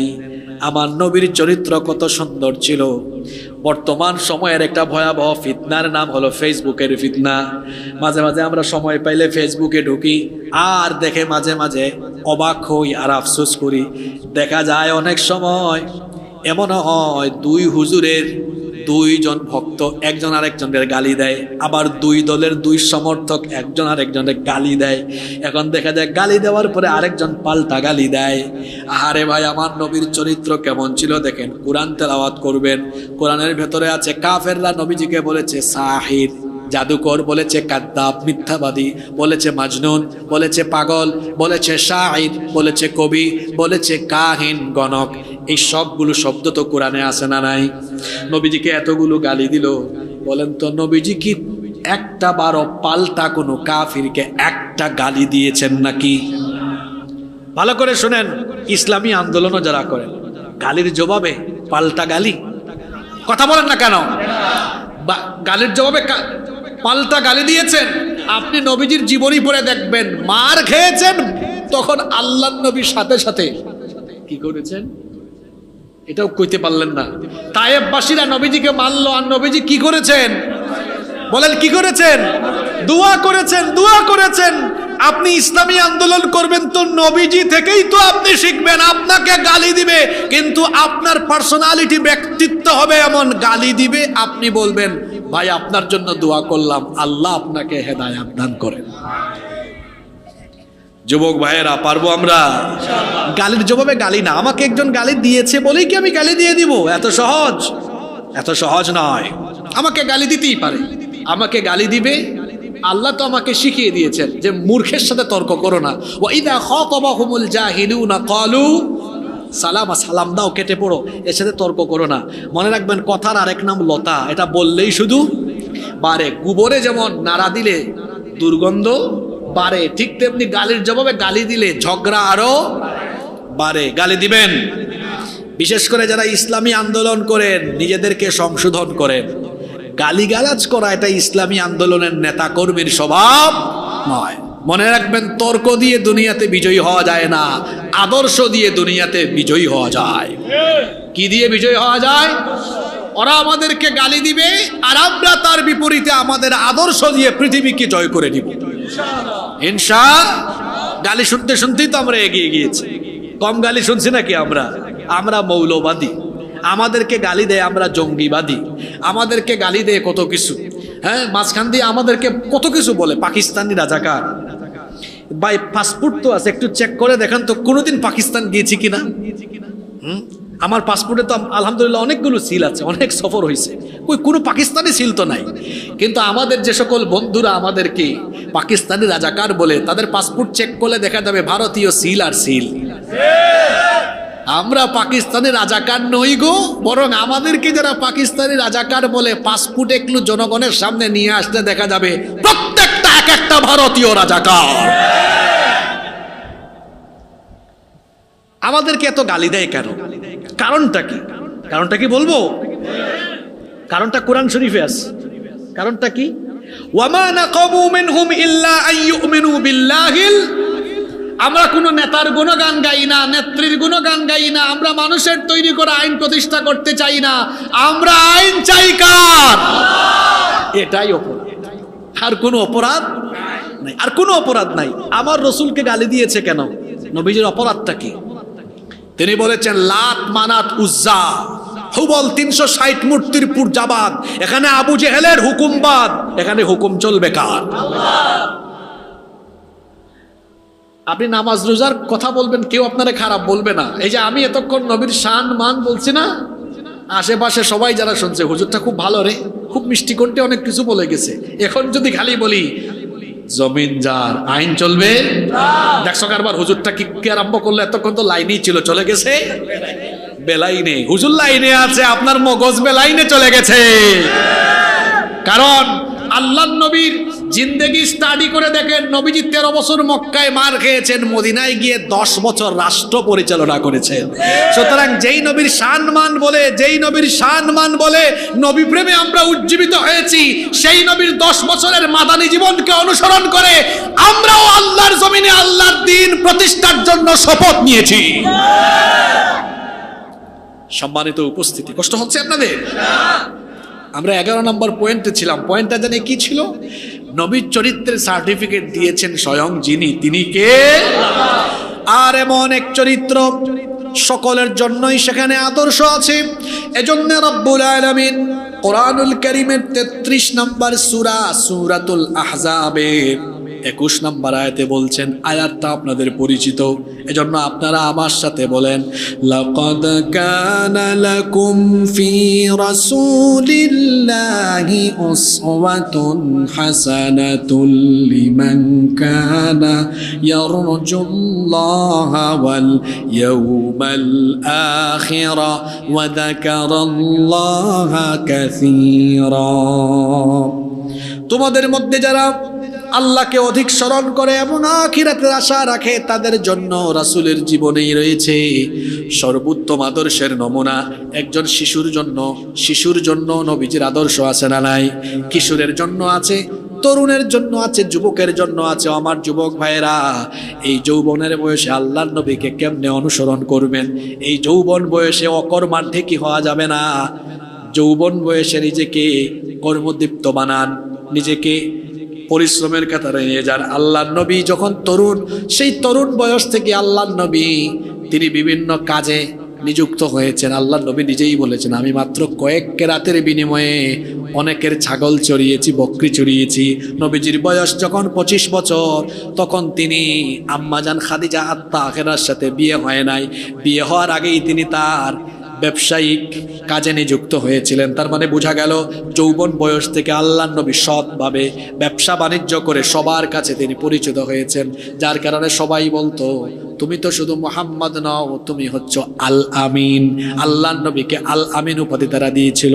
হিলফুল ফুজুল নবীজি গঠন করেছেন। এখান থেকে যুবকদের জন্য শিক্ষা হলো, যৌবন বয়সে মানবতার জন্য, জুলুমের বিরুদ্ধে মানবতার পক্ষে কাজ করতে হবে। কারণ আল্লাহর নবী যৌবন বয়সে মানবতার পক্ষে, জুলুমের বিপক্ষে কাজ করেছেন। আজকের তরুণ যারা, আজকের যুবক যারা নবীজির জীবনী থেকে শিক্ষা নিয়ে যৌবন বয়সে জুলুম মুক্ত, ইনসাফ মুক্ত সমাজ আর দেশ গঠনের জন্য সবাইকে শিক্ষা নিতে। 54 বছর ধরে আমরা আমাদের এই দেশটাতে শুধু নিষ্পেষণ দেখেছি। আমার যুবক ভাইয়েরা, আমি আপনাদেরকে অনুরোধ করছি, একটু স্টাডি করেন, দেখেন তো আমাদের সাথে স্বাধীনতা লাভ করে এমন বহু দেশ আছে যারা আমাদের থেকে বহু উন্নত হয়ে গিয়েছে। উন্নত হয় নাই? এক ভাই মালয়েশিয়ার কথা বলছেন, আমি তো 2 মাস আগেই মালয়েশিয়া সফর করে আসছি। এই 2 মাস আগেই মালয়েশিয়া সফর করে এসেছি। এত চমৎকার দেশ, কি সুন্দর। মসজিদে ঢুকলে, আমার দেশে তো মসজিদে জুতা বাইরে রেখে ঢুকলে জুতা কি হয়? চুরি হয়। আর মালয়েশিয়াতে দেখলাম জুতা বাইরে রেখে ঢুকলে, মনে করেন একটু এলোমেলো করে ঢুকছেন, ঢুকার পরে দেখা যায় কে জানি জুতাগুলোকে সুন্দর করে সাজিয়ে রেখেছে। এত চমৎকার দেশ, ছবির মতো সাজানো, সাজিয়ে ফেলেছে। দুর্নীতি যেখানে থাকবে সেই দেশ কোনোদিন এগিয়ে যেতে পারবে। আচ্ছা বলেন তো আপনারা, আমার দেশের সম্পদ কম না বেশি? জোরে বলেন, সম্পদ কম না বেশি? এই দেশে সম্পদের অভাব নাই, আবার এই দেশে চোর ডাকাতের অভাব নাই। 0% না পারেন, অন্তত যদি 90% দুর্নীতিমুক্ত হয়ে যায়, দেখবেন এই বাংলাদেশ উন্নত বিশ্বের কাতারে চলে যাবে ইনশাআল্লাহ। 54 বছর হয়েছে, আমরা তো দেশকে উন্নত বানাতে পারলাম না। আজকে এখানে চ্যালেঞ্জ করে গেলাম, 5400 বছরেও পারবেন না। যদি এভাবেই মানুষের তৈরি করা আইন চলতে থাকে 5400 বছরেও। আবার এই 54 বছরের মধ্যে আরেক কথা মনে পড়ছে, বলবো না বাদ দিয়ে দিব? বলেন তো দেখি, 54 বছরের মধ্যে দেশ চালাইছে পুরুষ বেশি না নারী বেশি? আমি হিসাব করে দেখছি 2 বেটি 30 বছরের উপরে চালাইছে। 30 বছরে একটু লজ্জাও পাওয়ার কথা আমাদের, আমরা কিন্তু পুরুষ মানুষ হিসাবে পিছায় আছি। কি বলেন আপনারা? মোট স্বাধীন হওয়ার পরে মোট কত বছর হয়েছে? যুবক ভাইরা ঘুমাই গেল নাকি? বলেন কত বছর হয়েছে? 54 বছর। এই 54 বছরের মধ্যে নারীরা দেশ চালিয়েছে কত বছর? 30 বছরের বেশি, 32-33 বছর হবে। তাহলে আমরা কত বছর? পুরুষরা 21-22 বছর আর কি। তাও একজন না, কতজন? আর তারা তো একজনই বহুত লম্বা সময় নিচ্ছে, আছে না এরকম? আচ্ছা শুনেন, এটা কেন বলেছি? এটা কোনো রাজনৈতিক আলাপ না, আমি যেটা বোঝাতে চেয়েছি, তাহলে নারীরা বেশি দেশ চালিয়েছে। আবার নারীরা এমন এমন ক্ষমতা পেয়েছে, আমরা দেখেছি এট এ টাইম প্রধানমন্ত্রী নারী, বিরোধী দলীয় নেত্রী নারী, স্বরাষ্ট্রমন্ত্রী নারী, শিক্ষামন্ত্রী নারী, স্পিকারও। আমার আলোচনার বিষয় ওইদিকে না, আলোচনার বিষয় আরেকটা। সেটা কি? সেটা হলো এই যে মহিলা মানুষ, নারীরা এত ক্ষমতা পাইল 54 বছরে, 32-33 বছর তারাই ক্ষমতায় থাকলো। আমি কিন্তু কোনো এক মহিলাকে বলি নাই, 2 মহিলাকে বলছি। বলেন তো 2 মহিলা মিলে 30 বছরের বেশি দেশ চালায়া তারা কি বাংলাদেশে নারীর অধিকার প্রতিষ্ঠা করতে পেরেছে? নারীরা এখনো ধর্ষিতা হয় কি হয় না? তাদের আমলে, তারা সরকারের থাকা অবস্থায় 2 বেটি 2 মহিলা, 2 মহিলার কথাই আমি বলছি, 2 মহিলা সরকারে থাকা অবস্থায় ধর্ষণ হয়েছে কি হয় নাই? তারা বিরোধী দলীয় নেতা, তারা প্রধানমন্ত্রী, তারা স্পিকার, তারা শিক্ষামন্ত্রী, স্বরাষ্ট্রমন্ত্রী, তারপরে নারী ধর্ষণ কমাইতে পারে নাই। নারীর ক্যাম্পাসে, এই যে কি বলে, কলেজে বিশ্ববিদ্যালয়ের ক্যাম্পাসে নারীরা লাঞ্ছিতা হয়েছে, ঠেকাইতে কেন পারে নাই? কারণ তারা যে আইন দিয়ে বিচার করে, এই আইনটা তো আল্লাহর তৈরি না, এটা কার তৈরি? মানুষের তৈরি করা আইন। দেখবেন কেমন, আমি একটু বুঝাই দিই গো ভাই। এই যে গত বছর মনে হয় রমজানে নাকি হইলো ঘটনা না পড়ে, ওই যে মাগুরার একটা ছোট্ট মেয়ে আসিয়া, মনে আছে তার কথা? কত বছর? 8 বছর। একটা ধর্ষণের ঘটনা ঘটলো। এই ধর্ষকের কিন্তু ফাঁসি হয়েছে নাকি? এখনো হয় নাই। চিন্তা করেন, ভালো করে বুঝেন, আদালতে চলছে আল্লাহর আইন না মানুষের আইন? কথা বলেন না কেন? মানুষের তৈরি করা আইন। এটা কোন আইন? যে আইন থাকার ফলে আমার বোন ধর্ষিতা হয়ে কবরে চলে যায়, আর ধর্ষক এখনো 8-9 মাস ধরে বেঁচে থাকে, আমি সে এদেশের অমুসলিমরা আরো নিরাপদে থাকবে ইনশাআল্লাহ। ওই পাশের দেশ থেকে মাঝে মাঝে অনেক কিছু বলা হয়, এদেরকে পাল্টা প্রশ্ন করবেন আপনারা যে মানবতার সবক আমাদেরকে দেওয়া লাগবে না, কারণ আমার দেশে মসজিদের সামনেই পূজা মণ্ডপ আছে, এরকম বহু এলাকা আছে। আমার বাড়ি সিলেট, এরকম বহু জায়গা আমি দেখেছি মসজিদের সামনাসামনি পূজা মণ্ডপ, মন্দির। কোনোদিন আমরা দাঙ্গা হাঙ্গামা করি নাই, কোনোদিন করবও না। যারা পাশের দেশ থেকে মাঝে মাঝে বলে, এদেরকে বলবেন তোমাদের হাত এটা ভালো না, তোমাদের হাতে মুসলমানদের রক্তের দাগ লেগে আছে, তোমরা সেই দেশে দাঙ্গা হাঙ্গামা চালাও। বাংলাদেশে কোনোদিন আমরা মন্দির ধ্বংস করি নাই, কিন্তু পাশের দেশ থেকে যারা আমাদেরকে উস্কানি দেয়, আমাদের দেশে ভেজাল লাগাইতে চায়, এরা এত খারাপের খারাপ, তারা আমাদের বাবরি মসজিদ ধ্বংস করে রাম মন্দির বানিয়ে আমাদের কলিজায় আগুন লাগিয়ে দিয়েছে। আমরা বলবো মানবতার সবক তোমার দেশে তুমি দাও, এখানে দিও না। আমরা ঠিক আছি, ঠিক থাকবো ইনশাআল্লাহ। আমরা এই দেশে হিন্দু, মুসলিম, বৌদ্ধ, খ্রিস্টান সবাই আমরা মিলেমিশে আছি, মিলেমিশে থাকবো। এই দেশে কোনো সাম্প্রদায়িক দাঙ্গা হাঙ্গামা বিশৃঙ্খলা আগেও হয় নাই, সামনেও হবে না ইনশাআল্লাহ। কষ্ট হচ্ছে আপনাদের? বলছিলাম আল্লাহ নবীর শান মানের কথা। নাম্বার 12, 12 নাম্বার, আমার নবী হলেন এমন, আমার নবীর উপরে কেউ যদি ঈমান না আনে, লা ইউমিনু আহাদুকুম হাত্তা আকুনা আহাব্বা ইলাইহি মিন ওয়ালিদিহি ওয়া ওয়ালাদিহি ওয়ান নাসি আজমাইন। বুখারী শরীফের হাদিস। আল্লাহর নবী বলেছেন, তোমাদের কেউ ততক্ষণ পর্যন্ত ঈমানদার হতে পারবে না যতক্ষণ না আমি তার কাছে তার পিতামাতা, সন্তান সন্ততি, এমনকি দুনিয়ার সবকিছুর চাইতে প্রিয় না হব, ততক্ষণ পর্যন্ত তার ঈমান পরিপূর্ণ হবে না। তার মানে বোঝা গেল নবীজিকে ভালোবেসে আল্লাহ তাআলা বলছেন, যে ব্যক্তি রাসূলের আনুগত্য করলো সে যেন আল্লাহর আনুগত্য করলো। তার মানে রাসূলের আনুগত্য করা মানে কার আনুগত্য করা? আস্তে বলবেন না, জোরে বলেন, কার আনুগত্য? নাম্বার 13, 13 নাম্বার হলো, আমার নবীর মর্যাদা হলো এমন, পৃথিবীর কোন নবী রাসূল, এমনকি কোন বিজ্ঞানের নসিবে কিয়ামত পর্যন্ত যা হবে না তা আমার নবীর নসিবে হয়েছে। আমর করিয়েছেন এই রকম সফর কোন মানুষের পক্ষে কিয়ামত পর্যন্ত সম্ভব হবে। সেই সফরটা ছিল কিসের সফর? মেরাজের সফর। কতটুকু পর্যন্ত? একেবারে আল্লাহ তাআলার সান্নিধ্য পর্যন্ত আল্লাহ সফর করিয়েছেন। এরকম সফর কারো নসিবে হবে? জোরে বলেন, কিয়ামত পর্যন্ত হবে।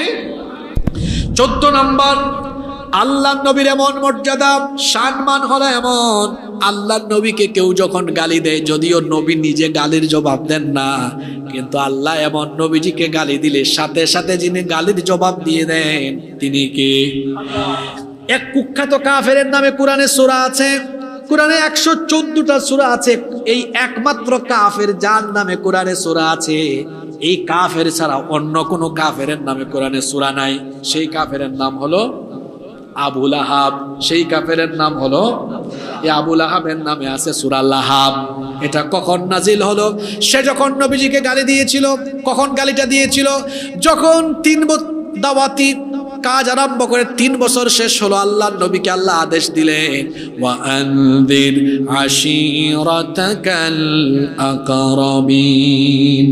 এই আয়াত যখন নাজিল হলো, আল্লাহর নবী সাফা পাহাড়ে উঠলেন। হাজী সাহেবরা, হাজীপুরের হাজী সাহেবরা বলেন তো, হজে বা উমরায় গিয়ে তাওয়াফ শেষ করে সাই করতে হয় কোন কোন পাহাড়ের মাঝখানে? সাফা। আল্লাহর নবী যখন এই আয়াত তার কাছে আসলো, নাজিল হলো, সাফা পাহাড়ে আরোহণ করলেন। যদিও সৌদি গভর্নমেন্ট এখন এই পাহাড়কে কেটে একেবারে মিশায়া দিয়েছে, কিন্তু সেই সময় এটা পাহাড় ছিল। আল্লাহর নবী সাফা পাহাড়ে উঠলেন। উঠার পরে কি করলেন শুনেন, হাদিসটা বুখারী শরীফে এসেছে। আল্লাহর নবী বললেন, ইয়া সাবাহা। আমাদের এলাকায় মাইকিং হঠাৎ হঠাৎ হয়, দেখবেন, সাবধান, মানুষ বুঝে গুরুত্বপূর্ণ ঘোষণা আছে। আল্লাহর নবী বললেন, ইয়া সাবাহা। তৎকালে আরবরা কোনো গুরুত্বপূর্ণ ঘোষণা দিলে বলতো ইয়া সাবাহা। লোকেরা তখন সাফা পাহাড়ের চতুর্দিকে গিয়ে সমবেত হয়ে গেল। আল্লাহর নবী তখন বললেন, আরাআইতুকুম লাউ আখবারতুকুম, আরাআইতুম লাউ আখবারতুকুম আন্না খাইলান বিসিফহিন হাদাল জাবাল তুরিদু আন তুগীরা আলাইকুম আকুনতুম মুসাদ্দিকিয়া। আল্লাহর নবী বললেন, যদি আমি তোমাদেরকে বলি এই পাহাড়ের অপোজিটে শত্রুপক্ষ তোমাদেরকে আক্রমণের জন্য প্রস্তুতি নিয়েছে, তোমরা কি আমার কথা বিশ্বাস করবে নাকি? তারা তখন বলেছিল, মা জাররাবনাকা ইল্লা কাযিবা, কোনদিন আমরা তোমাকে মিথ্যা বলতে শুনি নাই, তুমি যদি বলো অবশ্যই বিশ্বাস করব। তখন আল্লাহর নবী বললেন, তাহলে আমাকে আল্লাহর নবী বানিয়ে পাঠিয়েছেন, এর উপরে বিশ্বাস স্থাপন করো, ঈমান আনো। তখন তারা বলেছিল, মা জামাতানা ইল্লা লিহাদা, এগুলো বলার জন্য কি আমাদেরকে এখানে ডেকে এনেছো নাকি? আর আবু লাহাব সে তখন বলল, তাব্বাল্লাকা ইয়া মুহাম্মদ, মুহাম্মদ তুমি ধ্বংস হয়ে যাও। শুধু তাই নয়, তার সামনে একটা পাথর ছিল, এই পাথরটা নবীজির দিকে ছুঁড়ে মারলো। আমার নবীর মাথা মুবারক তখন ফেটে গিয়ে ফিনকি দিয়ে দিয়ে রক্ত বের হওয়া আরম্ভ হয়ে গেল। আবু লাহাব তার 2 হাত দিয়ে নবীজিকে পাথর মারলো। নাল আবু লাহাব আল্লাহর নবীকে গালি দিল। আল্লাহর নবী সঙ্গে সঙ্গে আবু লাহাবের নামে সূরা নাজিল করে বলে দিলেন, আবু লাহাবের যে হাত দিয়ে তুই আমার নবীকে আঘাত করলি, তাব্বাত ইয়াদা আবি লাহাবি ওয়া তাব, ধ্বংস হোক আবু লাহাবের 2 হাত, ধ্বংস হোক সে নিজেও। আবু লাহাব যেমন নবীজির বিরোধিতায় মশগুল ছিল, তার বউ উম্মু জামিলও বিরোধিতায় মশগুল ছিল। আমার নবীর নাম ছিল মুহাম্মদ, আমরা বলি সাল্লাল্লাহু আলাইহি ওয়াসাল্লাম। মুহাম্মদ আরবি শব্দ, অর্থ হলো প্রশংসিত। কিন্তু আবু লাহাবের বউ নবীজির নামকে ঠাট্টা মস্কারি করে বিকৃত করে বলতো মুদাম্মাম। মুদাম্মাম মানে হলো নিন্দিত, মুহাম্মদ অর্থ প্রশংসিত, আর মুদাম্মাম অর্থ হলো। এজন্য আল্লাহ আবু লাহাব আর আবু লাহাবের বউ 2 জনের কথা এই সূরাতে বলেছেন জামাই বউ 2টাকেই জাহান্নামে নিক্ষেপ করবেন কে? আমার নবীর সম্মান হলো এমন, আমার নবীকে গালি দিলে আল্লাহ জবাব দিয়ে দেন। ঠিক তেমনি ভাবে আল্লাহ যেভাবে নবীকে গালি দিলে আল্লাহ যেভাবে জবাব দেন, নবীর উম্মত হিসাবে নবীজির প্রতি আমাদের মহব্বত হলো এমন, আমাকে গালি দিলে আমি কিছুই বলি না, আমার মা বাপকে গালি দিলেও আমি কিছুই বলি না, কিন্তু খবরদার আমার নবীকে কেউ যদি গালি দেয় একজন ইমানদারও কিন্তু তখন বসে থাকবে না। কারণ আমাদের জীবনের চাইতে আমরা আমাদের নবীকে মহব্বত করি কম না বেশি? আল্লাহ আমাদের সবাইকে কবুল করেন। নাম্বার 15, 15 নাম্বার, আমার নবীর মর্যাদা হলো এমন, আমার নবী যখন তার মনে মনে কোনো বিষয় ইরাদা করতেন, ইচ্ছা করতেন, হাত তোলার আগে এটাকে যিনি কবুল করে নিতেন তিনি কে? যেমন আল্লাহর নবী মদিনায় হিজরত করার পরে 17 মাস তিনি বাইতুল মুকাদ্দাসের দিকে মুখ করে নামাজ আদায় করেছেন, কিন্তু মন চায় বাইতুল্লাহর দিকে মুখ করে নামাজ আদায় করতে। এটা তিনি বলেন নাই, শুধু চেয়েছেন কিসে? মনে মনে অন্তরে চেয়েছেন। আকাশের পানে তাকিয়ে থাকতেন, যদি ফেরেশতা আমার কাছে ওহী নিয়ে আসতো। আল্লাহ তাআলার কাছে নবীজি হাত তুলেন নাই, কিন্তু নবীজিকে তো আল্লাহ মহব্বত করেন, শান মানা নবীজিরই বেশি।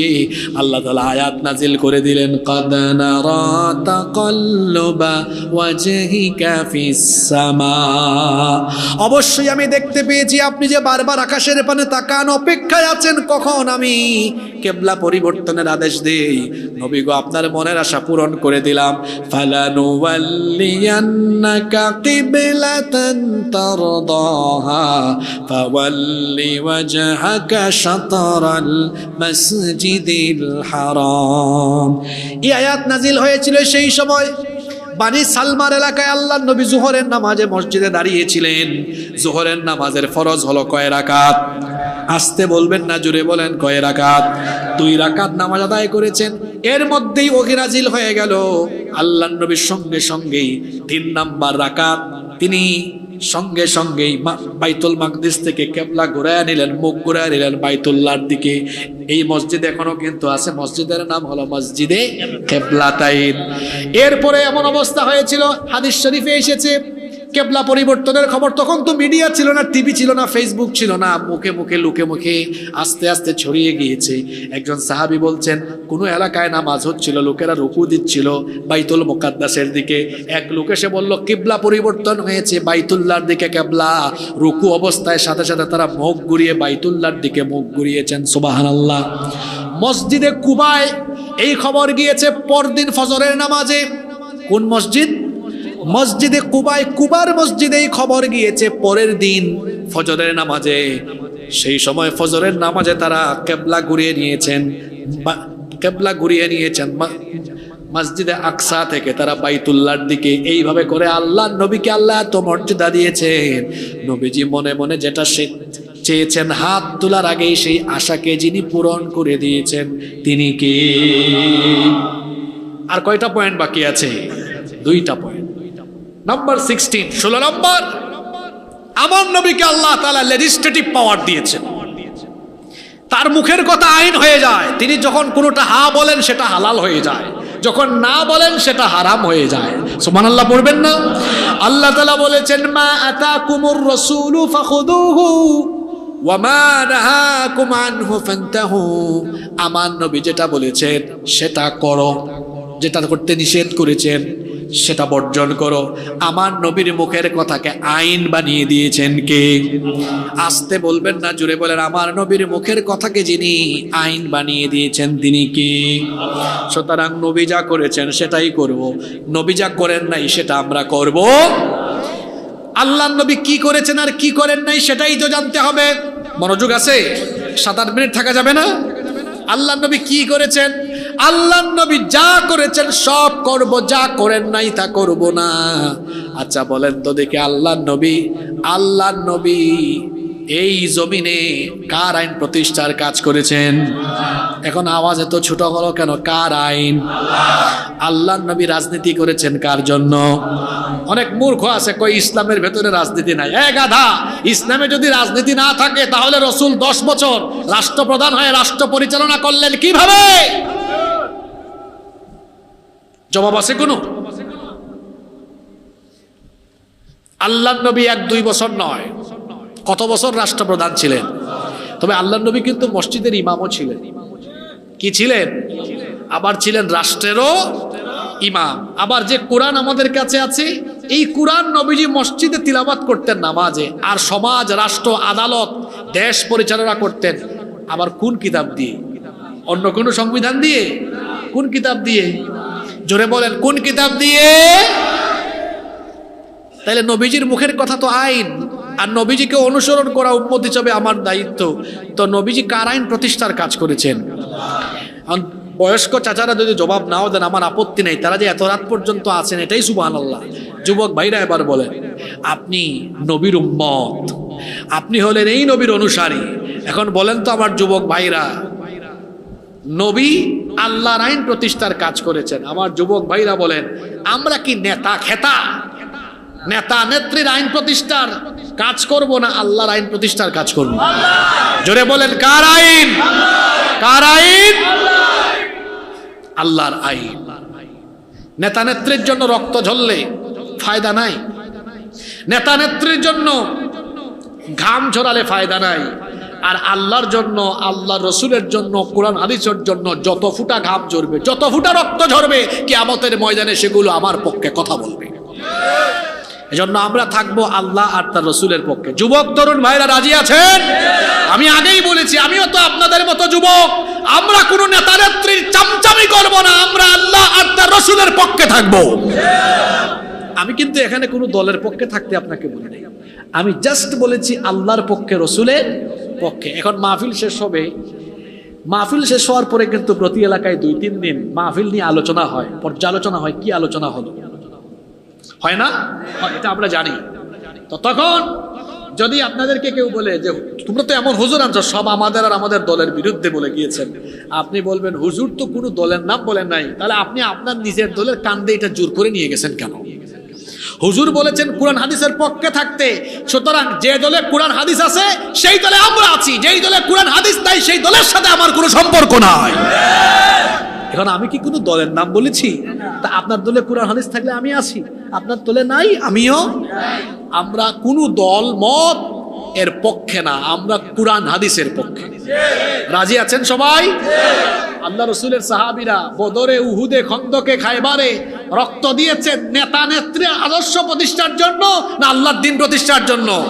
ও আমার হাজীপুরের যুবক তরুণ ভাইয়েরা, যদি রক্তের দরকার হয়, যদি জীবনের দরকার হয়, এই রক্ত, এই ঘাম, এই জীবন আমরা দিয়ে দিব, নেতা নেত্রীর জন্য নয়। কার জন্য? জোরে বলেন কার জন্য? কারা কারা রাজি আছেন আল্লাহরে দেখান একটু? মাশাআল্লাহ, মাশাআল্লাহ। মনে হচ্ছে আমার চাচারাও ইয়াং হয়ে গেছে, যুবক হয়ে গেছেন, আলহামদুলিল্লাহ পড়েন। হ্যাঁ, অনেকে এমন আছে যে বয়সে বৃদ্ধ কিন্তু চেতনা এখনো, মানে উদ্দীপনা এখনো ইয়াং। অনেক চাচারা আছেন বয়স হয়েছে, বুড়া মানুষ, কিন্তু এখনো এনার্জি এমন আছে যে জোয়ান ছেলের চাইতে আরো অনেক ভালো আছে। আল্লাহ আমার চাচাদের হায়াতে আরো বারাকা দান করেন। আমরা বলছিলাম কোন কথা? আল্লাহর নবীকে আল্লাহ তাআলা লেজিসলেটিভ পাওয়ার দিয়েছেন, তার মুখের কথাও আইন। এই দেশে আমরা এত কিছু দেখেছি, দেশটা এগিয়ে গেল না। যেই যখন সুযোগ পায় খালি চুরি করে, বাটপারি করে, লুটপাট করে, যাকেই বিশ্বাস করে দেখা যায় সেই চুরি করে। হ্যাঁ, আরো বাড়ে গেছে বলতেছি। কারো বিশ্বাস করবেন?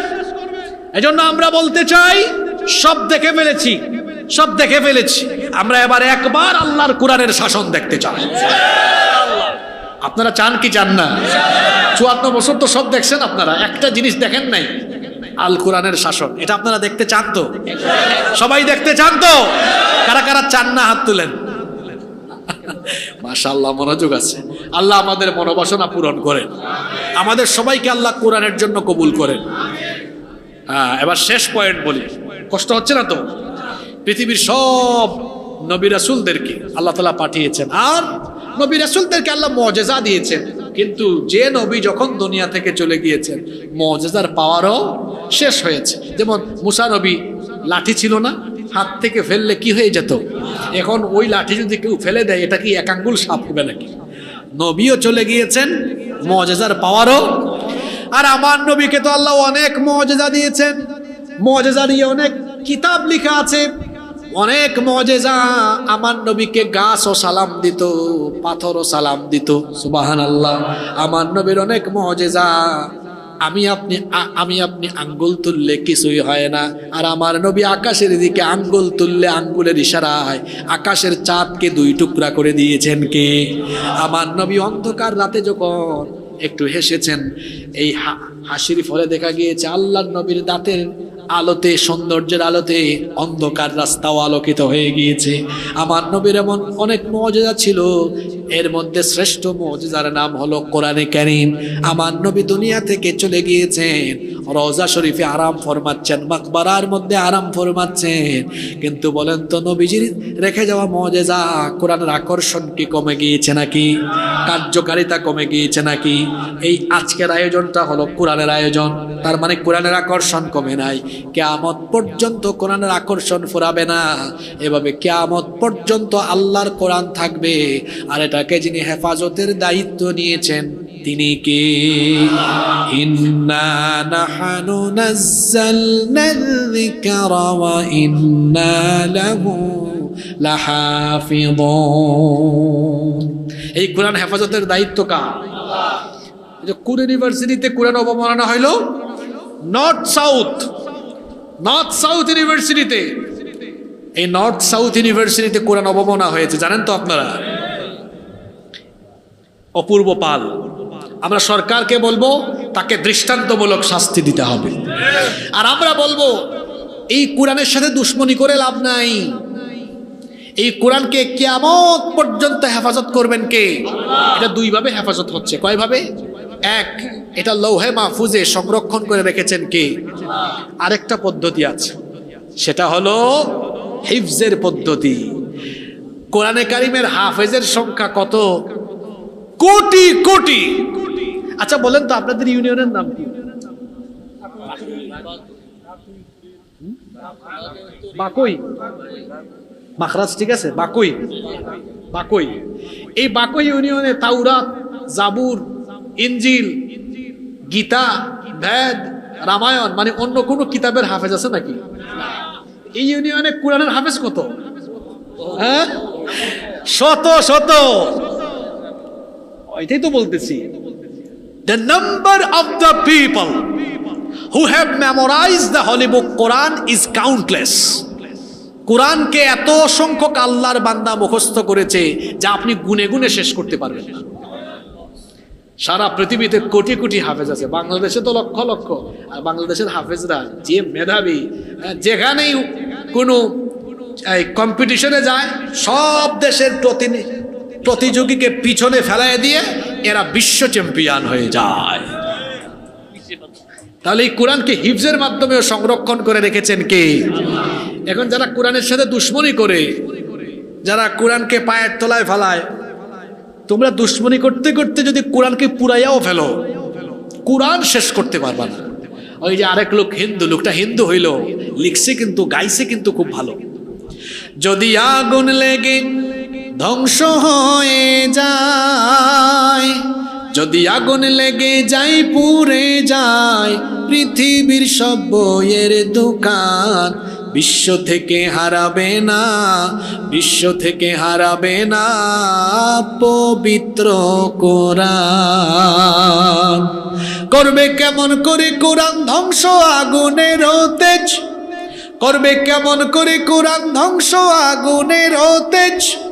আছে বিশ্ব ভরা অগণিত কোরআনে হাফেজ, তারা ছাপায় আসমানি গ্রন্থ, তারা ছাপায় আসমানি গ্রন্থ, বাঁচাবে কোরআনের মান, বিশ্ব থেকে হারাবে না, বিশ্ব থেকে হারাবে না পবিত্র কোরআন। কোরআন থাকবে, কোরআনওয়ালারাও থাকবে ইনশাআল্লাহ। আসুন সেই কোরআনের সাথী হই, সঙ্গী হই, কোরআন পড়বো, বুঝবো, কোরআনের আন্দোলনে সামিল হয়ে আল্লাহর জমিনে আল্লাহর কোরআন প্রতিষ্ঠার জন্য আমরা আমাদের তারুণ্য, যৌবন, শক্তি, সামর্থ্য, জীবনকে কুরবান করবো ইনশাআল্লাহ। আল্লাহ আমাদের সবাইকে কবুল করে নেন।